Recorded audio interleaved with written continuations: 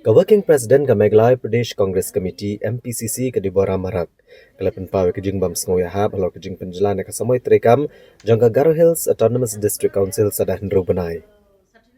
Habarkan halor ka jing sange jang u Chief Executive Member berem ka GHADC u Albinosh Marak ka Deborah Marak kalaong bakat kum ka jing tip uni u CEM ulo hiar syukihi da kaman snobha. Kadibora Marak kalakentu bag sarkar kari baniat chakmat ban penlong ki election haki wei pat ki constituency ki basyong sok kamtam haki than ki bakham long rilum. Kala penrem ru bagajing penjelan hadu ndru benai kalong baslem palat bat ke bapen subah balese ke sarkar kadon ke jing tiang baniale ki election haki naga kenti. Kala kadau bag sarkar kade ban sange ban le ya ka ba om don kam. Kala ong bagajing penjelan ka ba hadu ndru benai kadai kebelas lempalat. Maka ong ba onsepen borak sarkar bukan sedang no ya ka election. Endorse and 6 long month extension is very long. We don't agree to that. And what is the need to prolong 6 months? They could have suspended Shamnagar and Balachandra. These two constituencies, for the time being, they should have suspended and allow election to happen. New EC will come and they will decide and they will find out the new mechanism, the good mechanism, how to solve this ongoing problem. So the government and the law and order department, they'll take their own course. We have nothing to say on that. What about the main demand that non-tribals have to participate in this election? Yeah, that is the main demand. Non-tribals should not contest in these two constituencies, Shamnagar and Balachandra. So you also That's it. support this? See, I will definitely support whatever Achak people, the Garo demands, and we will definitely support Chief Minister. He should have called all party meeting. He did not do it. We could have given him some input, some suggestions how to go about it. We would have said definitely he suspend these two constituency, Shamnagar and Balachandra. But he did not.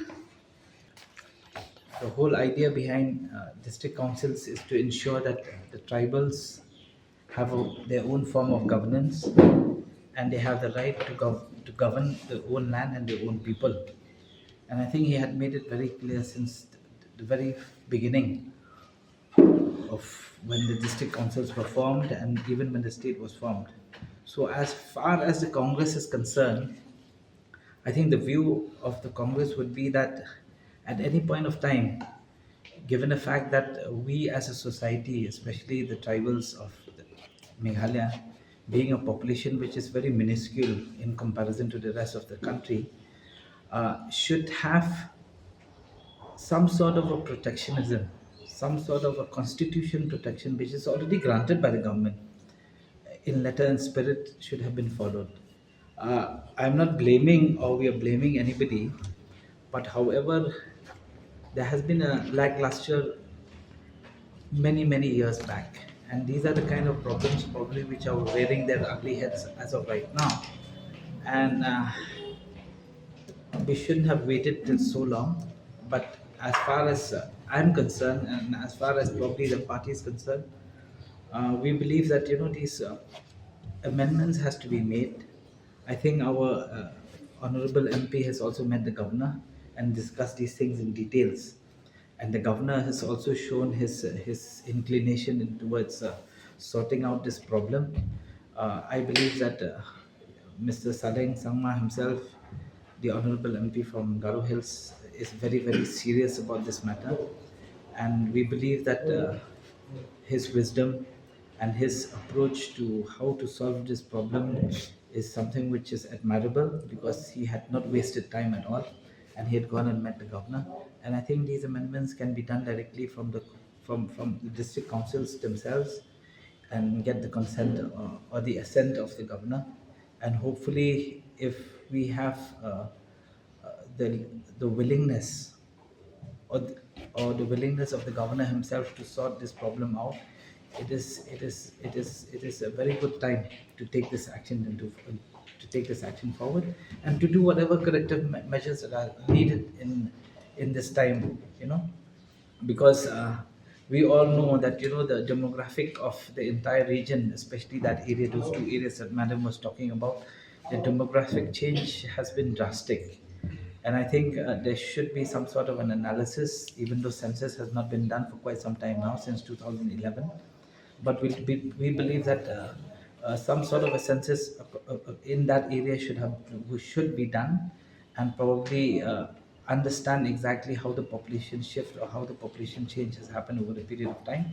And I think it should be logical, it should be very scientific in nature. It should not mean that we offend any community as such per se, but as per what the constitution allows us to do, those actions should have been taken. And I believe that the MP has taken the right step. Okay, we believe that the law and order and the law of the land will take into action and will kick in, and we hope that given the institutional, when I say institution, I'm talking about the district councils, I'm talking about the government, I'm talking about even from the seat of the governor himself.